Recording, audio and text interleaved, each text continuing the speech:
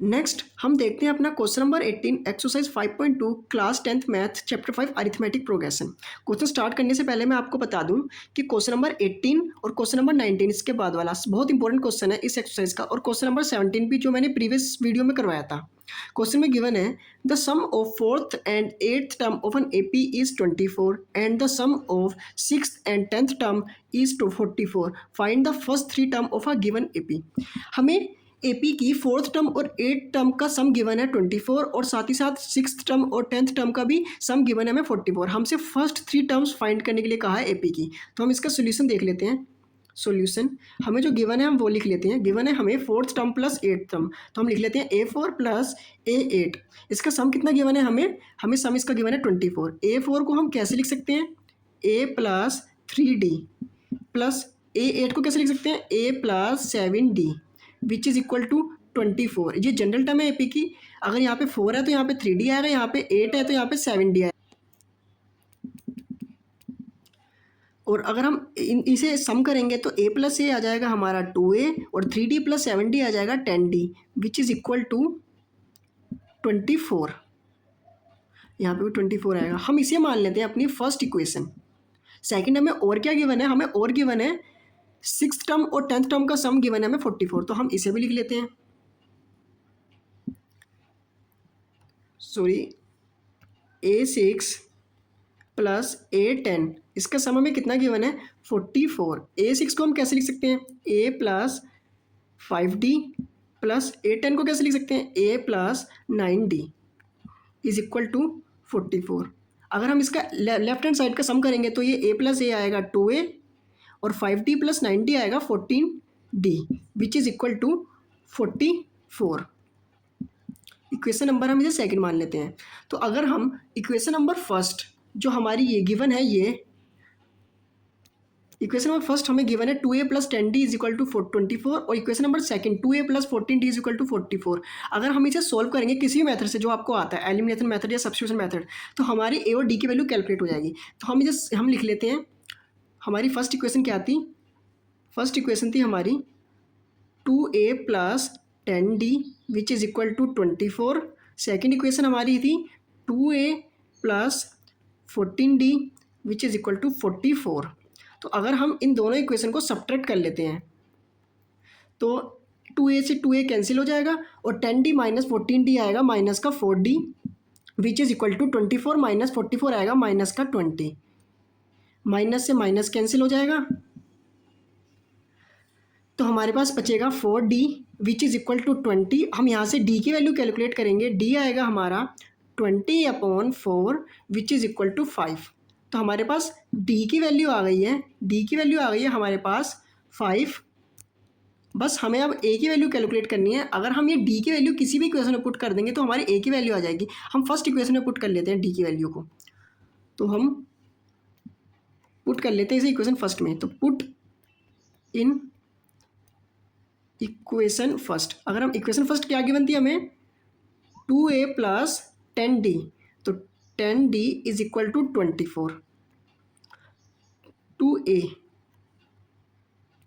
यहाँ पे A आएगा, 2A हमारा as it is plus 10 multiply D की वैल्यू हमारी 5 विच इज़ इक्वल टू 24।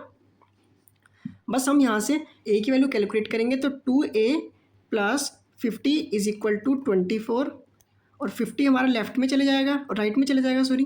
तो 24 माइनस 50 ये आएगा माइनस का 26। 2A की वैल्यू तो हमारी A की वैल्यू यहाँ से कैलकुलेट हो जाएगी माइनस का 26/2। अगर हम इसे कैलकुलेट करेंगे तो इसकी वैल्यू आएगी माइनस का 13। तो हमारे पास D की वैल्यू भी आ गई है और हमारे पास A की वैल्यू भी आ गई है। A की वैल्यू आई है हमारे पास माइनस का 13 और D की वैल्यू हमारे पास आई है 5। तो हमें फर्स्ट थ्री टर्म्स फाइंड करनी थी AP की। तो हम फर्स्ट टर्म लिखते हैं AP की। फर्स्ट टर्म आएगी हमारी A1 जो किसकी इक्वल होगी A की इक्वल ही आएगी, जो अभी हमने -13 कैलकुलेट करी है। हम -13 कैलकुलेट करी है। सेकंड टर्म हम लिखते हैं A2 जो किसके इक्वल आएगी A प्लस D के। A हमारे पास गिवन है माइनस का 13 प्लस D गिवन है हमारे पास 5। तो अगर हम इसे सोल्व करेंगे तो हमारा आंसर आएगा माइनस का 8। हम थर्ड टर्म लिखते हैं A3 हमारे पास आएगी ए प्लस 2D। हमारे पास ए गिवन है -13 प्लस 2 मल्टीप्लाई डी गिवन है हमारे पास 5। तो हमारे पास A3 की वैल्यू आएगी -3। तो हमारी फर्स्ट 3 टर्म क्या आई है? फर्स्ट 3 टर्म AP की हमारी क्या आई है? फर्स्ट आई है हमारी -13, फिर आई है हमारी -8, फिर आई है हमारी -3। तो ये हो गया हमारा सॉल्यूशन। हम नेक्स्ट देखते हैं। अगर आपको वीडियो पसंद आ रही है तो वीडियो को लाइक करें, और अभी तक आपने चैनल को सब्सक्राइब नहीं करा तो चैनल को सब्सक्राइब करें और बेल आइकन को प्रेस करें। हम क्वेश्चन नंबर 19 को पढ़ते हैं। क्वेश्चन में गिवन है, क्वेश्चन नंबर 19 में, Subha Rao started work in 1995 at an annual salary of रुपये 5,000 and received an increment of रुपये 200 each year. In which year did his income reach रुपये 7,000? हमें क्वेश्चन में गिवन है कि सुबह राव ने अपनी वर्क की स्टार्ट करी थी 1995 में, और उसकी सैलरी थी 5,000 पर ईयर, और उसे हर साल इंक्रीमेंट मिल रहा था 200 रुपये का। तो हमसे पूछा गया है कि ऐसे कौन से ईयर में उसकी सैलरी इंक्रीमेंट होकर 7,000 हो जाएगी। तो हम इसका सोल्यूशन देख लेते हैं। सोल्यूशन, तो जो उसकी सैलरी है हम लिख लेते हैं, सैलरी इन ईयर 1995। उसकी 1995 में सैलरी कितनी थी? रुपये 5,000। नेक्स्ट ईयर देखते हैं हम, salary in year 1996। Next year कितनी हो जाएगी उसकी सैलरी? 5,000 में रुपये 200 ऐड हो जाएगी। मैं इसे नीचे लिख देता हूँ। नेक्स्ट ईयर में उसकी सैलरी हो जाएगी 5,000 में 200 रुपीज़ ऐड हो जाएगी, तो ये आएगा 5,200। उसके नेक्स्ट ईयर बाद कितनी हो जाएगी? तो सैलरी इन ईयर 1997 में कितनी हो जाएगी? अब जो उसकी 5,200 है उसमें 200 रुपीज़ ऐड हो जाएंगे, तो उसकी हो जाएगी 5,400। तो आप देख सकते हैं ये एक AP फॉर्म कर रहा है।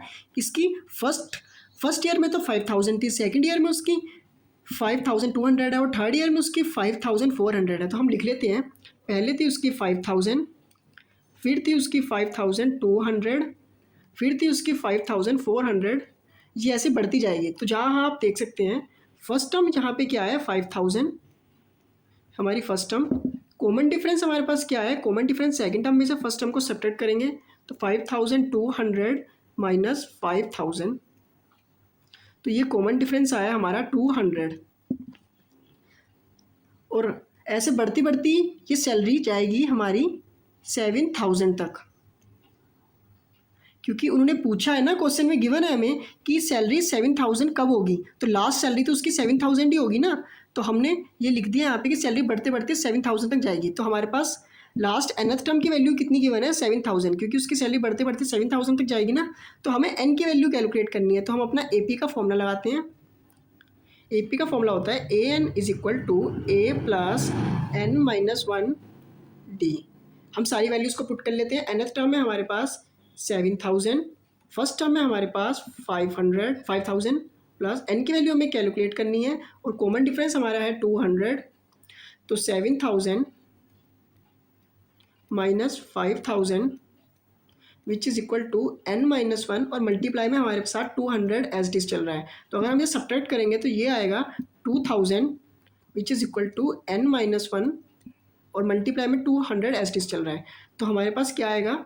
n-1 की वैल्यू आएगी 2,000 डिवाइडेड बाई 200। तो अगर हम इसे डिवाइड करेंगे तो हमारे पास n-1 की वैल्यू आएगी 10, जिससे हम n की वैल्यू कैलकुलेट कर लेंगे, जो आएगी 10 + 1 विच इज़ इक्वल टू 11। तो हमारे पास n की वैल्यू आ गई है 11।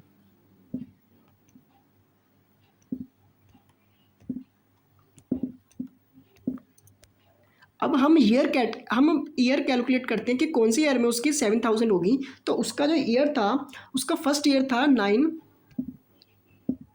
1995, उसके बाद ईयर होगा उसका 1996, उसके बाद ईयर होगा उसका 1997 और ये बढ़ता चले जाएगा ईयर।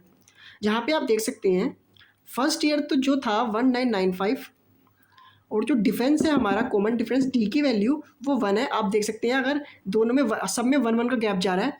और हमारे पास एन की वैल्यू है 11 जो भी हमने ऊपर कैलकुलेट कर रही है। तो हमें फाइंड करना है ईयर। तो ईयर के लिए हमें A11 की वैल्यू फाइंड करनी है। तो हम फॉर्मूला लगाते हैं अपना A11 which is equal to A plus n-1 D।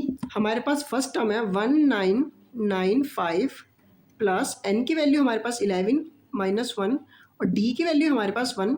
तो जब हम इसे सोल्व करेंगे तो ये आएगा 1995 प्लस 10 और इसके 1 से मल्टीप्लाई करेंगे तो ये 10 ही रहेगा। तो हम इसे सोल्व करेंगे तो ये आएगा 2005।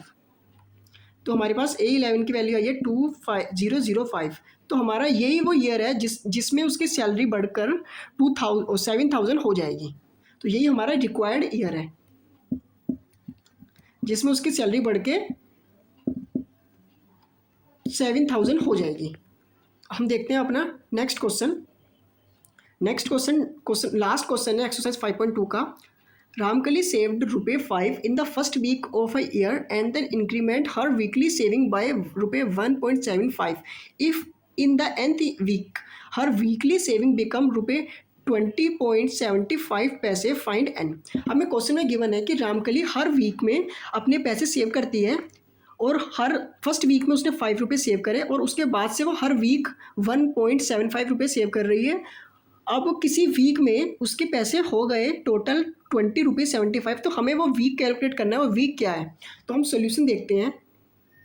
सॉल्यूशन में हमें ए की वैल्यू गिवन है फर्स्ट टर्म क्या है जो हमें ये 5 गिवन है रामकली फर्स्ट वीक, यही हमारा फर्स्ट टर्म की वैल्यू है। तो ए की वैल्यू हो गई 5। हमें कॉमन डिफरेंस कितना गिवन है, कॉमन डिफरेंस है हमारा 1.75। जो ये गिवन है ना ये कॉमन डिफरेंस है हमारा कि हर ईयर उसकी कितनी हर वीक उसकी कितनी इंक्रीज हो रही है। तो ये उसका हो गया कॉमन डिफरेंस। और nth टर्म की वैल्यू भी गिवन है हमें 20.75। ये जो गिवन है वैल्यू ये nth टर्म की वैल्यू गिवन है। और लास्ट हमें कैलकुलेट करना है n मतलब वीक, कौन से वीक में उसकी सैलरी बढ़ के 20.75 हो गया उसकी सेविंग। तो हम nth टर्म का फॉर्मूला लगाते हैं an which is equal to A plus n-1 D। nth term की वैल्यू है हमारे पास 20.75 which is equal to A की वैल्यू हमारे पास 5 प्लस एन की वैल्यू हमें कैलकुलेट करनी है और डी की वैल्यू हमारे पास 1.75। तो 20.75 minus 5 which is equal to n-1 और मल्टीप्लाई में हमारा 1.75 हमारा एच चल रहा है। तो बस हमें n की वैल्यू कैलकुलेट करनी है। तो 20.75 में से 5 को हम सब्ट्रैक्ट करेंगे तो हमारा आंसर आएगा 15.75 विच इज़ इक्वल टू n-1 और मल्टीप्लाई में हमारा 1.75 एच चल रहा है। 15.75 और ये 1.75 हमारा डिवाइड में चले जाएगा विच इज़ इक्वल टू n-1। अगर हम इसे डिवाइड करेंगे तो हमारा आंसर आएगा 9 विच इज़ इक्वल टू n-1। तो हमारी n की वैल्यू आएगी 9 प्लस 1, हमारी n की वैल्यू आई है 10। तो रामकली 10th वीक के बाद रामकली की सेविंग ₹20.75 हो जाएगी। मैंने सारी क्वेश्चंस कवर करवा दिए एक्सरसाइज 5.2 के। हम नेक्स्ट वीडियो से हम एक्सरसाइज 5.3 को स्टार्ट करेंगे। अगर आपको वीडियो पसंद आ रही है तो वीडियो को लाइक करें और हमारे सब चैनल को सपोर्ट करें और अपने फ्रेंड्स के साथ शेयर करें, ज़्यादा से ज़्यादा शेयर करें। तो मिलते हैं नेक्स्ट वीडियो में। देखते रहिए आप मैथमेटिक्स टेक।